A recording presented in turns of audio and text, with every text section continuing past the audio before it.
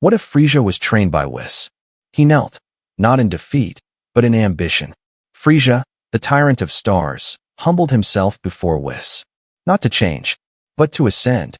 Strength without control is chaos. Whis taught Frisia what no empire ever could: restraint. Under starlight and silence, a new monster was born. Months passed. His golden form evolved. Frisia no longer needed planets to rule. He could erase gods themselves. With the power of creation and destruction in hand, Frisia faced a final choice: be a god, or remain a monster. What if Bulma inherited Scion powers? Something ancient stirred inside her. Not just genius, not just invention, but rage, power, blood, the blood of a forgotten Scion line. She didn't just fight like a Scion, she thought like one. Her mind turned instinct into innovation. Battle armor fused with tech, key enhancers, neural upgrades. Bulma redefined what it meant to be a warrior. Vegeta saw her, not as a partner, but as a rival. Their battles weren't of romance, but of pride. Bulma's power reshaped destiny. Trunks inherited not only strength, but brilliance. And the galaxy would never be the same again. What if Master Roshi never stopped training? He was once called the strongest human alive. But age caught up, or so he thought.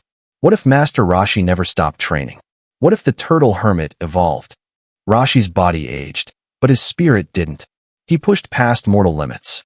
His ki became ageless. His body, a temple forged by time and determination. Even Beerus noticed the shift. Immortal, with divine control. Whis watched silently, amused, intrigued, impressed. The turtle hermit challenged gods. The world once laughed at the old master. Now it bows. The turtle school isn't forgotten. It's reborn. What if Android 18 stayed evil? She was built to destroy. But in the original timeline, she changed. What if she didn't? What if Android 18 never turned good? Without Krillin's mercy, she never softened. She led Androids 16 and 17 into a new era of terror. Earth was not a battleground. It was a graveyard. The Z fighters fell one by one. Gohan died in the rain. Trunks fought and failed. The world belonged to her now. A final spark ignites in the shadows. A secret team forms, not to fight her, but to end her. The war for Earth's soul has begun. What if Broly was raised by Whis? Instead of exile, destiny rewrote itself. Whis, the angel, found Broly as a baby, not on Vampa, but drifting through space, and raised him not as a warrior, but as a student of the divine. Years passed. Under Whis's training, Broly's rage became calm, his strength controlled. He learned to meditate among the stars, to move with cosmic rhythm, and even spar with Beerus himself. Goku arrived at Beerus's planet, expecting training. Instead, he met Broly, calm, focused, powerful.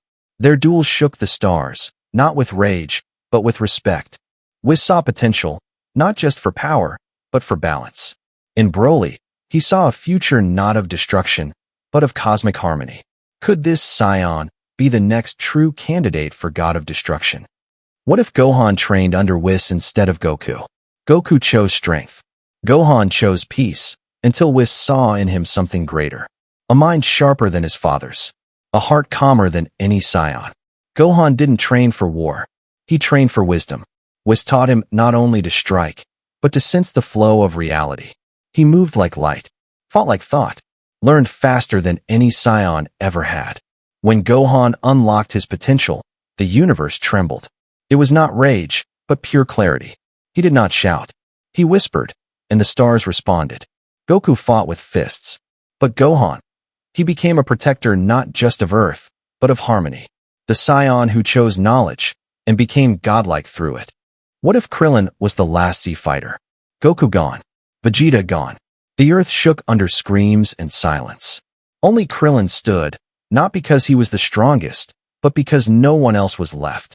Master Roshi once said, "Courage isn't about power, it's about standing when you're afraid." Now, Krillin must carry not only the hopes of Earth, but the ghosts of every fallen friend. Alone he trained.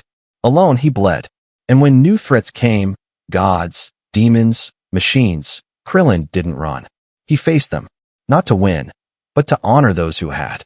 He wasn't Scion. He wasn't immortal. But Krillin became something else. The man who never gave up, even when the world did. What if Chi-Chi became a Super Saiyan?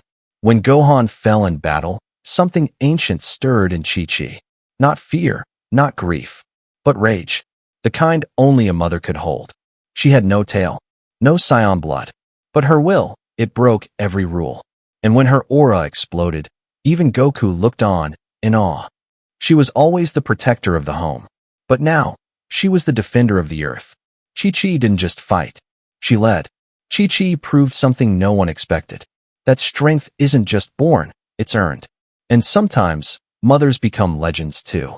What if Android 18 turned against the Red Ribbon Army? She was built to destroy, a weapon forged by the Red Ribbon Army. But inside Android 18, something still lived.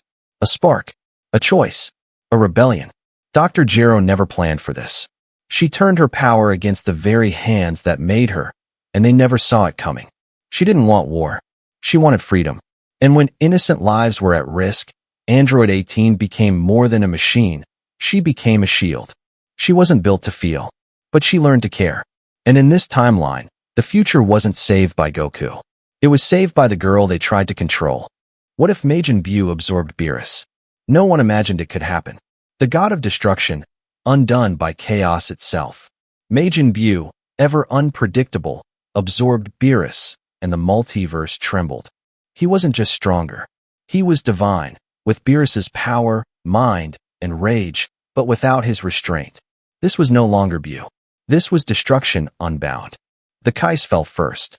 Then the angels vanished. But the Saiyans refused to bow. Goku and Vegeta, with their backs to the wall, unlocked power no god had ever touched. When the dust settled, only silence remained. What does it take to stop a god corrupted by madness? And what price must be paid to save reality itself? What if Goku was born evil? Not every Saiyan baby falls on Earth with a pure heart. This time, Kakarot didn't lose his mission, he embraced it. Goku didn't make friends. He made followers. With each battle, he conquered villages, then cities. By the time he met Master Roshi, Earth already kneeled. He gathered the Dragon Balls, not for wishes of peace, but to resurrect his Saiyan army. A new invasion, with Goku as king. But even in darkness, hope survives. Gohan, Krillin, Piccolo, rise to challenge the tyrant. The battle for Earth becomes a battle for Goku's soul.